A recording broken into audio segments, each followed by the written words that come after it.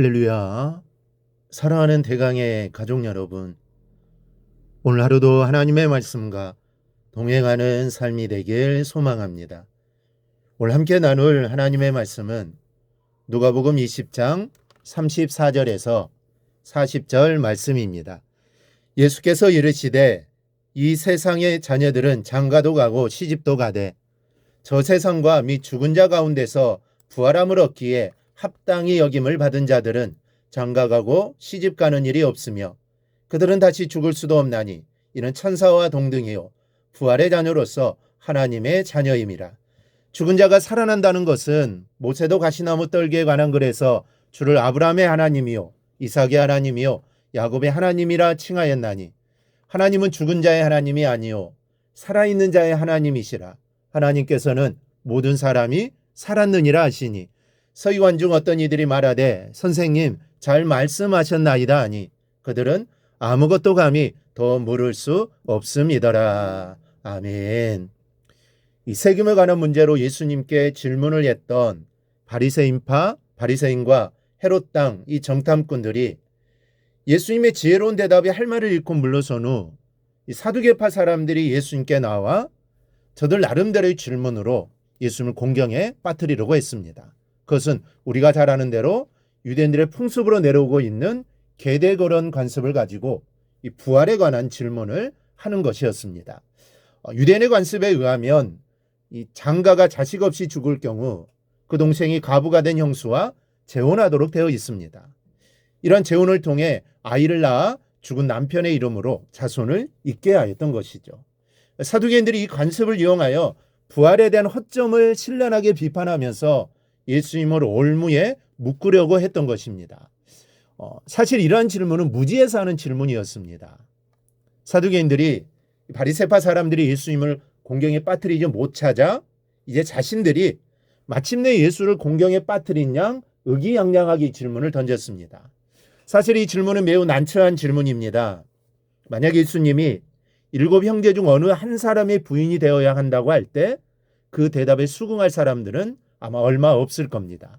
이 사두개인들은 이것을 노린 겁니다. 그러나 저들의 질문은 부활에 대한 오해와 무지에서 오는 질문이었습니다. 사실 사두개인들은 바리새파와 달리 부활과 영의 세계를 인정하지 않습니다. 따라서 저들은 죽음 후 부활을 믿지 않았고 천사도 믿지 않았습니다. 저들은 단지 현세만 믿었고 육신만 알았을 뿐입니다. 따라서 저들은 이 땅에서 부하고 잘 되면 된다는 생각에 세상과 타협했습니다. 저들은 로마의 앞잡이가 되었고 또 헤롯과도 결탁하여 자신들의 배를 불렀습니다. 따라서 당대의 사두개파 사람들은 상당히 부자들이었습니다. 이에 비해 바리새파 사람들은 부활과 영의 세계를 믿었습니다.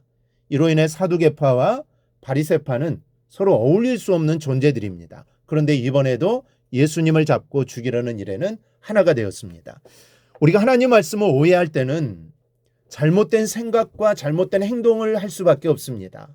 구원과 부활, 또 하나님의 나라, 그리고 종말에 대한 내용은 이 땅의 교회가 가장 많이 오해하는 부분입니다. 그래서 이것을 이용한 많은 이단이 생겨나는 겁니다. 성경에 대한 바른 이해가 필요합니다. 그것은 주님이 주시는 교훈의 말씀들을 우리가 바로 이해하고 우리 마음속에 새기는 겁니다. 주님은 하나님의 말씀을 명확히 하셨기에 저들의 무지와 어리석음, 그 말씀에 근거하여 일깨워 주실 수 있었습니다. 예수님 안에 말씀이 있기에 명확하고 분명한 이해를 저들에게 가르치실 수 있었던 겁니다. 우리도 이 말씀 안에서 하나님의 나라를 이해하고 또 그 나라를 소망하며 가야 합니다. 부활의 때는 이 땅의 사람들과 같이 시집도 장가도 가지 않습니다. 이 땅의 결혼제도는 출산을 통해 또 번식하고 양육하여 사회적 공동체를 이어나가고 그 가운데 부부의 사랑을 통한 즐거움을 누리게 하기 위해서입니다. 그러나 부활 때에는 새 생명을 잉태할 필요가 없습니다. 인간이 이 땅에서 누리는 차원의 낙이 아닌 하나님의 나라에서 새로운 차원의 기쁨과 즐거움이 기다리고 있습니다. 때문에 이 땅의 제도, 이 땅의 방법, 이 땅의 사고는 더 이상 하나님의 나라에서 매이지 않습니다. 오직 우리가 가지고 갈 것은 하나님의 성품과 하나님의 나라의 가치입니다. 육신의 소욕, 육신의 일이 아닌 성령의 소욕, 성령의 열매로 맺어지는 하나님의 성품을 준비하고 그것을 가지고 갈 뿐입니다. 예수님은 지금 이것을 말씀하시는 겁니다. 저들은 땅에 매여 있습니다. 그러나 주님은 하늘의 것을 보고 계십니다. 이것이 저들과 주님의 다른 점입니다. 하나님은 산 자의 하나님이시지 죽은 자의 하나님이 아니라고 말씀합니다. 여러분, 우리는 하나님 말씀을 바로 이해해야 합니다. 그리고 부활의 때를 바로 이해하면서 그 때를 준비해야 합니다.